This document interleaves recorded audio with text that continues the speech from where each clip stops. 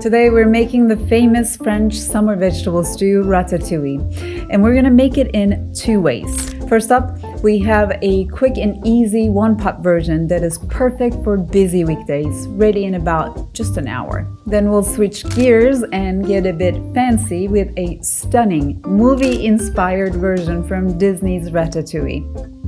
This version, known as Confit Biyaldi, takes a bit more time, but it will look like it came straight out of the film, not to mention it is visually stunning. Both recipes celebrate the vibrant bounty of summer, featuring fresh tomatoes, eggplant, zucchini, and squash. Whether you are short on time or looking to wow your guests, we have got you covered.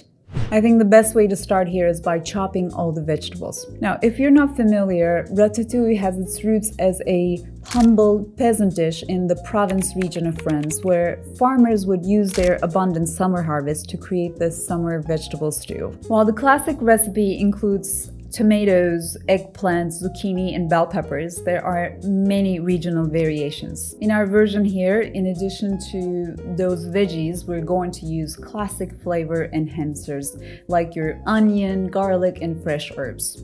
In terms of herbs, I like fresh thyme and basil, but you can also use fresh parsley.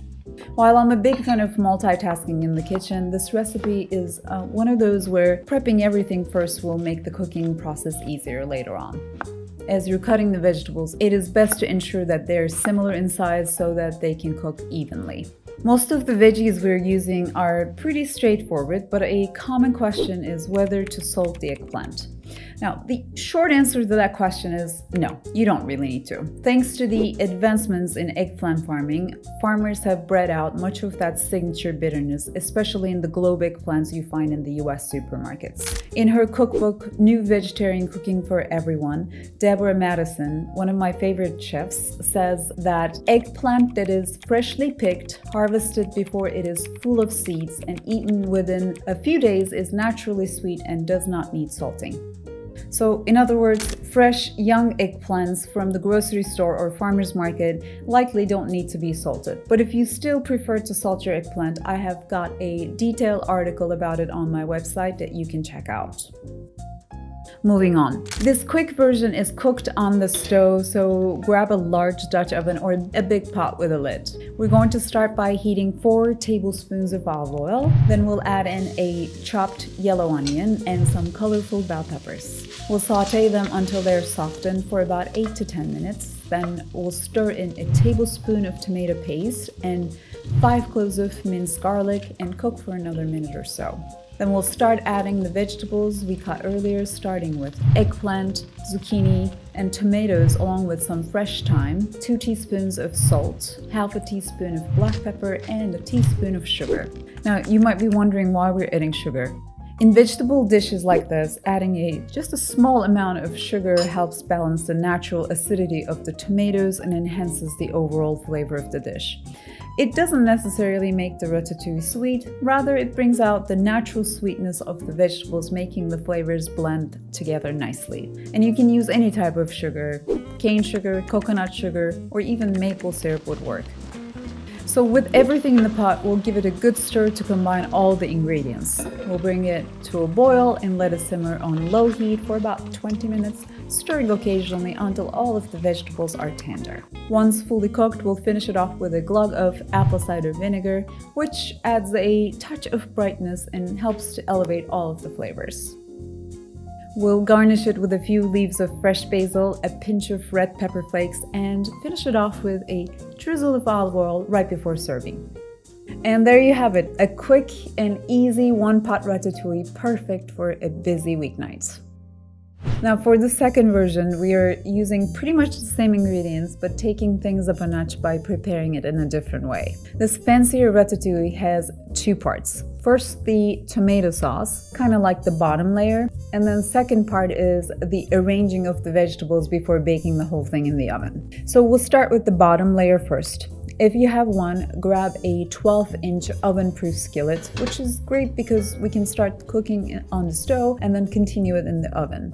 But if you don't have one, you can make this part in a skillet, then transfer it to a casserole dish and assemble the vegetables in there. Either way would work. We'll start with heating 2 tablespoons of olive oil over medium-high heat. Then we'll add a chopped onion and bell peppers.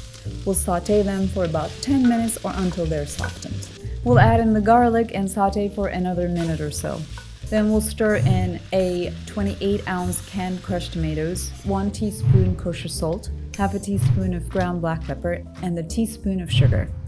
We'll give that a good stir, bring to a boil, and let it simmer 4 to 5 minutes.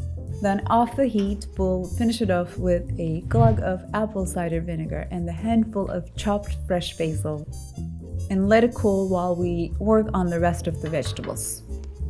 Now, before we start the second part of our recipe, we'll preheat the oven to 375 degrees or 109 degrees Celsius. That way it will be ready as soon as we're done with the assembly. On to preparing the vegetables. Growing up, my mother used to say that good cooking starts in the supermarket, and I think this is one of those times that putting in the effort to pick vegetables that are similar in size will pay off later. I know most grocery stores only sell globe eggplants that are way bigger than your skinny zucchini and squash, but do the best you can when selecting the vegetables you buy for this recipe.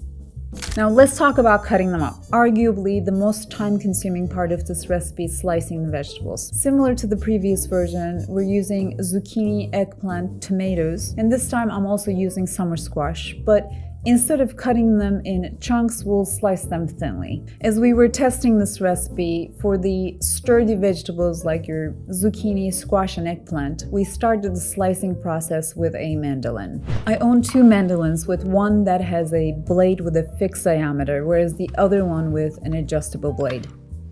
The first one produced slices that were around 1/8 of an inch, which we thought to be too thin for this recipe. Whereas when using the second mandolin, we adjusted the thickness of the blade, which produced a thicker slice, somewhere around 1/4 inch. We thought this was an ideal size. And of course, if you don't have a mandolin, you can use a good old knife and slice it by hand. Just do your best to slice them in equal size, somewhere around 1/4 of an inch thick. I think this part of the recipe requires some patience, so it's best to embrace it and go at your own pace. Once we have all the veggies sliced, we'll move on to the fun part, the assembly. We'll bring the now cooled tomato sauce and arrange the veggies over it. To start, we'll gather a slice of each vegetable, starting with eggplant, zucchini, squash, and tomato, and stack them together. Then we'll place the stack along the edge of the pan, standing them up vertically. We'll continue creating these stacks and placing them in a circular pattern, working our way from the outer edge towards the center, forming a spiral. It's perfectly fine if the slices are snug and tight, which actually helps them stay upright, but don't worry if the slices fall over a bit. Believe me, it will still cook beautifully in the end. We'll top that off with a few tablespoons of chopped fresh thyme and a drizzle of olive oil. Then we'll cover the skillet with a lid, or you can also use aluminum foil and pop it in the oven and bake for 40 minutes. Then uncover and bake for an additional 20 minutes or until the vegetables are tender. Once it comes out of the oven, your kitchen will smell amazing, and all you have to do is to garnish it with a handful of fresh basil.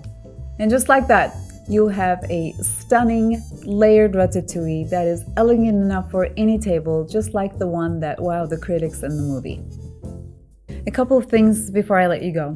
1. It gets better as it sits. It might sound odd, but ratatouille tastes better after it sits for a while.